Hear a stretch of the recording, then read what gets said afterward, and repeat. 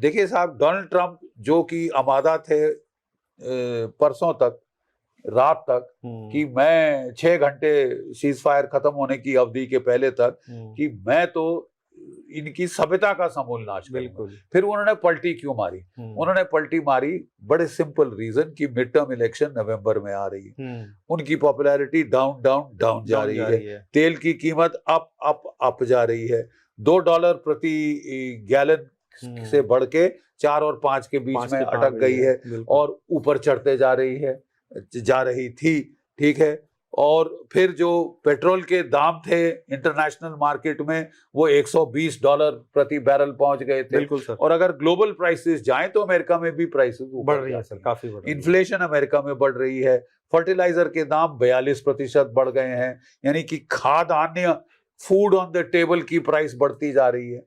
America के आवाम को foreign policy issue में इतनी दिलचस्पी नहीं। बिल्कुल उनको दिलचस्पी है कि मेरा बर्गर कितने पैसे का आ रहा है, सही बात है, मैंने जो कार में पेट्रोल डाल रहा हूं कितने पैसे का डॉलर प्रति गैलन पे जा रहा है, उससे उसको कष्ट होता है। डायरेक्ट पर्सनल व्यक्तिगत चोट पहुंचती है और वो चोट डोनाल्ड ट्रंप को महंगी पड़ जाएगी साहब। पड़ रही थी सर, अभी भी पड़ रही है, अभी तो पड़नी है असली।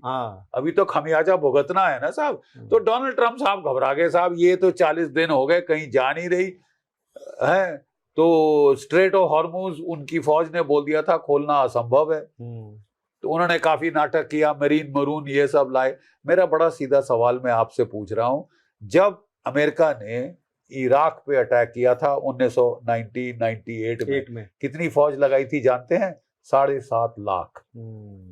7.5 लाख। ईरान 1/4 साइज है ईरान का, रेगिस्तान है, कहीं कवर नहीं है, वहां पहाड़ी पहाड़ है, एल्बर्स जैगरस सारे पहाड़।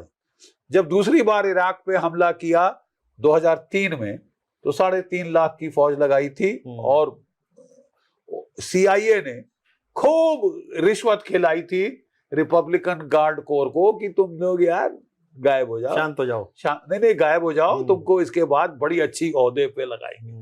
वो उन्होंने लात मार के सब बाहर निकाले, सबके सब IS बन गए थे, आईसिस बन गए थे वहां। ये कहानी है। बट मैं तवज्जो किस तरफ दे रहा हूं आपकी?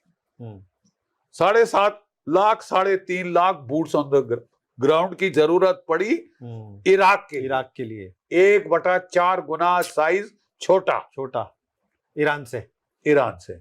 अब आप समझते हैं कि आप ईरान में रिजीम चेंज कर देंगे केवल हवाई हमलों से? वो तो पॉसिबल नहीं, वो तो खत्म ही हो गया। फिर जब आपने ग्राउंड पे करने की सोची, आप लाए 5000 मरीन, आप लाए 10,000 एयरबोर्न 81 एयरबोर्न के लाइट ट्रूप्स पैराट्रूपर और कोई 4,000 स्पेशल फोर्सेस, यानी टोटल 20,000 हो गए। अबे जब 7.5 लाख चाहिए था इराक के लिए, छोटी सी कंट्री के लिए, तो 20,000 में आप क्या नहाओगे, क्या निचोड़ोगे? स्ट्रेटेजी पूरी तरीके से फेल हो गई, जितनी भी उन्होंने बनाई सर। कहीं स्ट्रेटेजी तो फेल हो गई, उसमें तो कोई शक ही नहीं साहब। लेकिन ईगो है बड़ी चीज, मानते नहीं। बड़ी खुशी हुई हमको कि चलो इन्होंने अपनी ईगो स्वॉलो करके यथार्थ पे आ गए हैं।